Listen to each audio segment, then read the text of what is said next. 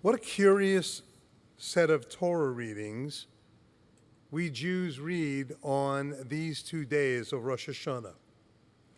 Rosh Hashanah, as you have heard, is the anniversary of the creation of the world's birthday. One would think we would read the Torah's account of creation. Nope. Instead, on these 2 days, we read about Abraham, Sarah, and their children, just to set the scene a little further. Earlier in the Torah, we learn that Sarai, she was known as Sarah back then, is unable to conceive. At her suggestion, Abraham has relations with their maidservant Hagar, and she gives birth to a son, Ishmael. And fast forward to what we read on Rosh Hashanah, the Torah teaches that despite her old age, Sarah, the Torah says to her surprise, conceives, and she and Abraham have a child, Isaac, who was circumcised on the 8th day. And now, after the birth of her own child, she tells Abraham to cast out that slave woman and her son, for the son of that slave shall not share in the inheritance with my son Isaac. In other words, send Hagar and Ishmael away. Abraham is clearly distressed by Sarah's directive, but Abraham is instructed by God to do so, and so he does. He sends Hagar and Ishmael away. They wander in the wilderness. They run out of water. Hagar fears her child may die. God hears Ishmael's cries, opens Hagar's eyes. She sees a well of water, and they ultimately move on with their lives. And then we read of this test of Abraham, among the most well-known and frankly disturbing of biblical incidents. God instructs Abraham to take his beloved son Isaac, offer him as a sacrifice. So that's what Abraham does. He takes Isaac, his servants, off they go to the spot where God tells them to go. And when they arrive there, Abraham builds the altar, places his son Isaac on the altar, then picks up the knife to take his son's life. An angel of God calls out to Abraham, tells him, "Don't do it, for, quote, now I know you fear God, since you have not withheld your son, your favored one, from me." And the reading concludes with the angel speaking on behalf of God, saying that God will bestow blessing on Abraham and his descendants. So I ask again, what does any of this have to do with Rosh Hashanah? Over the years, I have looked at this incident, asking myself that question. Why are we reading this on the day of creation? I've contemplated it from Abraham's perspective. Was he a hero or not for following God's command? I've looked at it from Sarah's perspective. I've looked at it from God's perspective. Is God pleased of Abraham's demonstration of faith? Is it to teach us that we're not to sacrifice our children? But you know, the one perspective that I hadn't given much thought to was Isaac. What impact did this have on Isaac? And then I read a piece by Rabbi Bradley Artson with a theme that I want to elaborate upon. But first, a question, and you need not show your hands. But how many of you have ever been wheeled into the operating room for a serious operation? In other words, how many of you have ever gone under the knife? If you have, there's a good chance you're not quite the same. There's a good chance you see the world just a little bit differently. Maybe that's what happened to Isaac.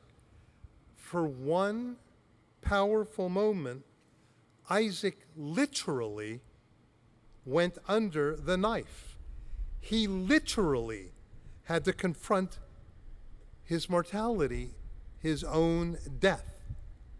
And that just may have changed his life forever. For many people who have had a serious health scare, or narrowly missed an automobile accident, or have a loved one facing a difficult disease with a prognosis that's not encouraging, you just may have experienced what Isaac experienced. But the truth is, none of these things need to happen for us to learn from Isaac. How did it impact him? His father Abraham and his son Jacob are travelers, not Isaac. Isaac never leaves home. Abraham and Jacob are powerful figures. They speak to leaders, not Isaac. The Torah says that Isaac meditated. It's Genesis 24, verse 63. It doesn't say that about his father, Abraham, or his son, Jacob. And I believe it says it of no other figure in the Bible. Isaac took time to contemplate his life. There's more. Isaac's wife is Rebekah, and it says in the Torah that he loved her. It doesn't say that Abraham loved Sarah or that Moses loved Zipporah.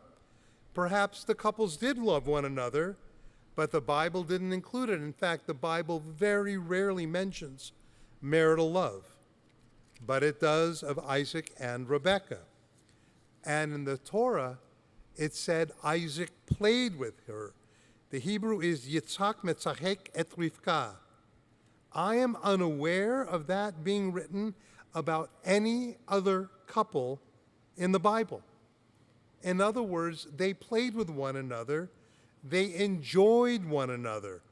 Isaac and Rebekah took time to enjoy one another. Isaac was willing to give up his water wells to the Philistine. Maybe he realized he had enough. He didn't measure his wealth by the number of wells he owned. Perhaps he knew that at a certain point, far more important than the accumulation of things was his family.